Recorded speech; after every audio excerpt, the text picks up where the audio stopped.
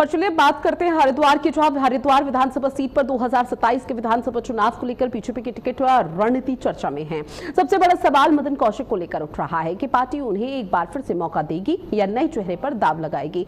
मदन कौशिक 2002 से हरिद्वार सीट से लगातार चुनाव जीतते हुए नजर आ रहे हैं और मंत्री और बीजेपी प्रदेश अध्यक्ष जैसी अहम जिम्मेदारियां भी संभाल चुके हैं। ऐसे में उनका अनुभव और संगठन में पकड़ मजबूत मानी जाती है। दूसरी ओर बीजेपी में सर्वे, जमीनी फीडबैक और संभावित जीत के आधार पर टिकट तय किए जाने की चर्चा भी है।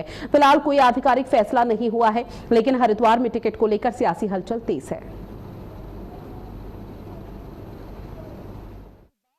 विधानसभा क्षेत्र की नहीं बल्कि उत्तराखंड के सबसे बड़े राजनीतिक गढ़ हरिद्वार शहर की करेंगे, जहां एक तरफ पवित्र मां गंगा की धारा बह रही है तो वहीं दूसरी तरफ विधानसभा चुनाव 2027 को लेकर एक नया बवंडर खड़ा होता हुआ नजर आ रहा है। जहां दिल्ली से लेकर देहरादून तक सीक्रेट सर्वे और नो रिपीट पॉलिसी की जो सुगबुगाहट है उसने हरिद्वार की राजनीति में एक नया दिलचस्प मोड़ लाकर रख दिया है। इस बार हरिद्वार के चुनावी रण में जहां एक तरफ 25 सालों से विधायकी पर विराजमान एक ऊंचा कद रखने वाले राजनीति में एक बड़ा चेहरा मदन कौशिक है, तो वहीं दूसरी तरफ प्रीत पुरोहित, उज्जवल पंडित और विशाल गर्ग जैसे कई नए चेहरे बीजेपी की तरफ से टिकट को लेकर ताल ठोकते हुए नजर आ रहे हैं। अब देखने वाली बात यह होगी कि आखिरकार इस बार बीजेपी क्या पुराने चेहरे और ऊंचा कद रखने वाले मदन कौशिक को एक बार फिर से टिकट देगी या फिर बीजेपी एक नया दांव खेलेगी। अपने सहयोगी के साथ मैं आफरीन बानो, भारत अपडेट, हरिद्वार। साथ ही हरिद्वार में एसआईआर की प्रक्रिया को लेकर बीजेपी ने कांग्रेस पर प्रक्रिया बाधित करने के गंभीर आरोप लगा दिए हैं। इसके साथ ही बीजेपी नेताओं ने जिलाधिकारी कार्यालय पहुंचकर ज्ञापन सौंपा और एसआईआर से जुड़ी हुई शिकायतों की निष्पक्ष जांच की मांग की है। बीजेपी जिला अध्यक्ष आशुतोष शर्मा ने आरोप लगाया है कि कांग्रेस के लोग आपत्तिकर्ताओं के घर जाकर उन्हें डराने धमकाने का प्रयास कर रहे हैं। उन्होंने कहा कि लोकतांत्रिक प्रक्रिया में आपत्ति दर्ज कराने का उचित माध्यम अधिकारियों के सामने अपनी बात रखना है। बीजेपी ने प्रशासन से किसी भी दबाव में आए बिना नियमों के अनुसार कार्रवाई की मांग की है। अब इस दौरान रानीपुर विधायक आदेश चौहान समेत पार्टी के कई पदाधिकारी मौजूद रहे। बिल्कुल निष्पक्ष रूप से पूरे प्रदेश में चल रहा है, लेकिन कांग्रेस के लोग अपने विशेष जो फर्जी वोट उनके हैं उनको बचाने के चक्कर में जगह जगह जिला प्रशासन, जो जिला निर्वाचन अधिकारी भी हैं, उन पर दबाव बना रहे हैं। जिला प्रशासन उनके दबाव में आके काम ना करे, पर निष्पक्ष काम करे। ये मांग हमने आज जिलाधिकारी के माध्यम से की है कि आप किसी के दबाव में ना आए, किसी के डराने से डरे नहीं, आप निष्पक्ष होकर, निर्भीक होकर जो प्रदेश निर्वाचन अधिकारी के और चुनाव जो एक प्रक्रिया है उसमें जो नियम है उनके तहत कार्रवाई करें। किसी का भी पक्ष लेने की आवश्यकता नहीं है, किसी के दबाव में आने की जरूरत नहीं है। देखिए, कांग्रेस का कभी भी लोकतंत्र में विश्वास नहीं था। ये अकेला दल है जिसने लोकतंत्र की हत्या इस देश में की। इमरजेंसी का, आपातकाल का समय हम सबको याद है, और आज भी कांग्रेस उसी परिपाटी पर चलने का प्रयास कर रही है। लोकतंत्र में अनेकों बार एसआईआर की प्रक्रिया हुई है, जिनमें अधिकतर समय कांग्रेस का राष्ट्र में शासन रहा, लेकिन कभी भी विपक्षी दलों ने इस पर कोई आपत्ति हुई तो उसको सही माध्यम से, सही तरीके से, सही स्थान पर बात की। आज की स्थिति क्या हो गई है कि कांग्रेस के लोग आपत्तिकर्ताओं के घर जा रहे हैं, उन्हें डरा रहे हैं, धमका रहे हैं, प्रताड़ित कर रहे हैं, उनके एफिडेविट साइन करा रहे हैं और उन पर दबाव।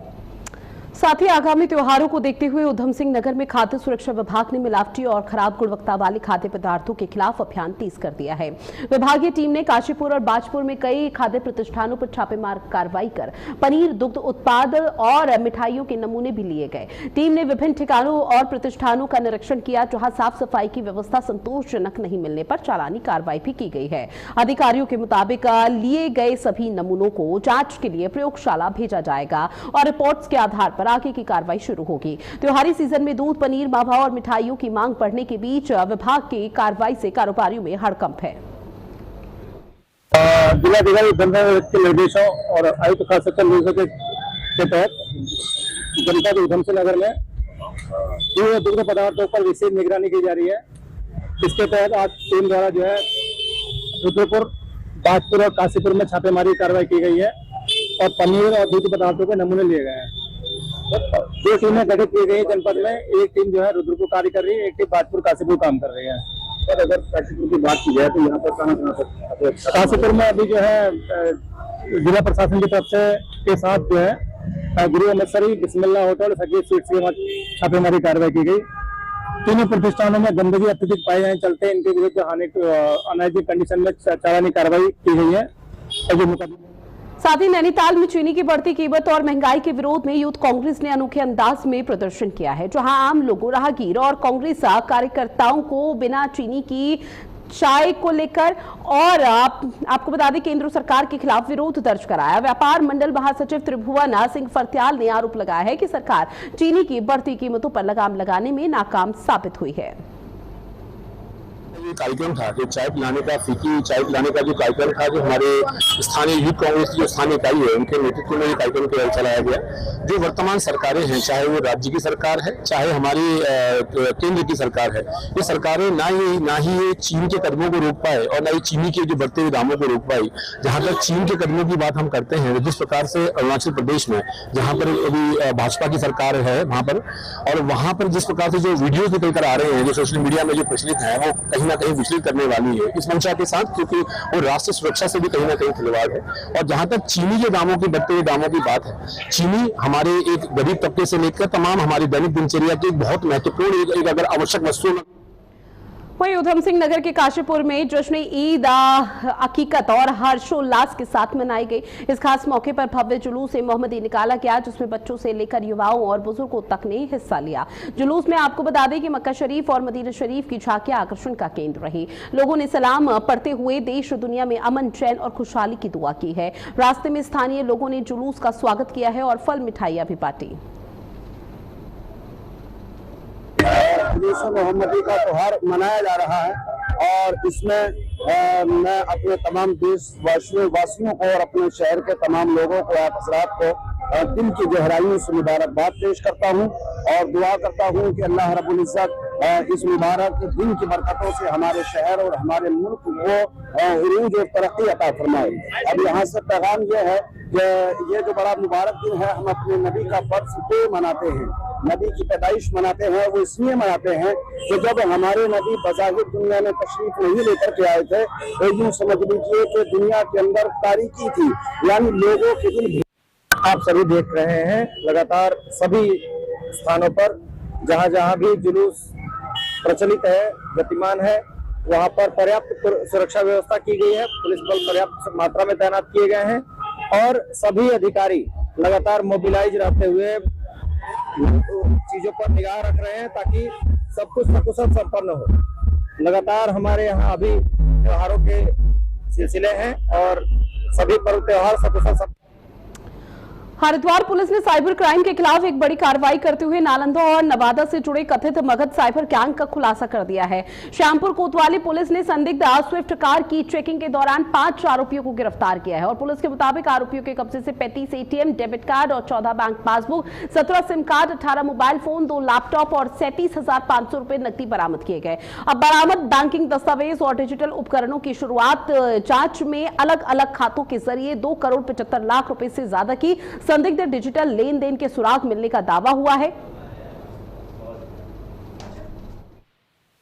सूचना मिली थी कि कुछ लोग जो है वो लोगों के मूल अकाउंट खोल रहे हैं और मूल अकाउंट ले रहे हैं और उसमें साइबर फ्रॉड्स करके लोगों से पैसे की धोखाधड़ी कर रहे हैं। तो इसमें 5 लोगों की अरेस्टिंग हुई और जो 5 लोग हैं हमारे जो अरेस्ट हुए, इसमें कृष्णा पांडे नालंदा बिहार का है, निरंजन कुमार नालंदा बिहार का है और एक चंद्रमणि कुमार ये नवादा बिहार का है। इसके अलावा सन्नी और चंदन पांडे ये तो हरिद्वार के रहने वाले हैं। तो 5 लड़के जो ये पकड़े गए और इनकी कस्टडी से 35 एटीएम, डेबिट कार्ड मिले, 14 bank passbook, 17 mobile SIM card, 18 mobile phone, 2 laptop, 10 ATM और पैन कार्ड से लगभग 37,500 की नकदी बरामद हुई। उधम सिंह नगर के काशीपुर में आपको बताते चले कि गिरधर रेलवे फाटक पर दर्दनाक हादसा हुआ। ड्यूटी के दौरान रेलवे गेटमैन अंकुर भारद्वाज ट्रेन की चपेट में आ जाता है, जिससे उनकी मौके पर ही दर्दनाक मौत हो गई है। अब घटना की सूचना मिलते ही रेलवे विभाग आरपीएफ की टीम मौके पर पहुंची और घटनास्थल का निरीक्षण किया गया। साथ ही शव को कब्जे में लेकर पंचनामा भरने के लिए पोस्टमार्टम के लिए भेज दिया है। आरपीएफ प्रभारी सुखवंत सिंह के मुताबिक अंकुर पैगा के रहने वाले थे और दिल्ली की ओर से आ रही ट्रेन की चपेट में आ गए। वो विवाहित थे और उनकी 5 साल की बेटी भी है। हादसे के कारणों की जानकारी जुटाई जा रही है। भाई ये रेलवे में जॉब करता था और रात में उसका एक्सीडेंट हो गया 3 बजे के आसपास ट्रेन से। हाँ सर, ट्रेन से हुआ। क्या करते थे ये जो इनके जो भाई लोग हैं, पापा जी वगैरह?